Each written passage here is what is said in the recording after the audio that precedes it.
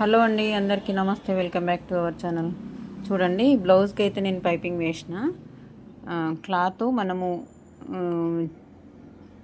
Skin కనిపించేటట్టే ఉంది. చూడండి, పతలా cloth అయినా కూడా నేను బార్డర్ క్లాత్ అయితే తీసి, అంటే 2 సైడ్స్ సేమ్ బార్డర్ వచ్చినాయి.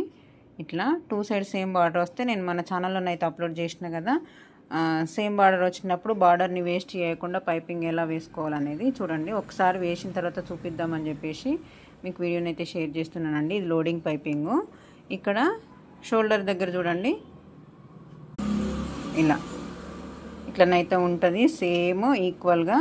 ఇక్కడ lining part main part same ఈక్వల్గా రావాలి అని అంటే మన ఛానల్లో ఇప్పటి వరకు అయితే అప్లోడ్ చేయలేదండి. లోడింగ్ పైపింగ్ వేసేటప్పుడు 2 ఖర్చులు లోపల సైడే ఉండాలి. మనకు బయటకు చూస్తే లైనింగ్ పార్ట్ సైడ్ చూసినా, మనం లోపలికి చూసినా ఖర్చు అనేది కనిపించకుండా ఉండాలి. మెయిన్ పార్ట్ కంటే మనకి బయటకు చూసిన ఖర్చు అనేది ఇప్పుడు మనకి ఎంత నీట్గా ఉందో బయటకి లోపలికి కూడా, అంటే ఉల్టా సైడ్ చూసినా కానీ, అంటే లైనింగ్ పార్ట్ సైడ్ చూసినా కానీ ఇలానైతే షోల్డర్స్ 2 ఈక్వల్గా రావాలి. లైనింగ్ది ఇది.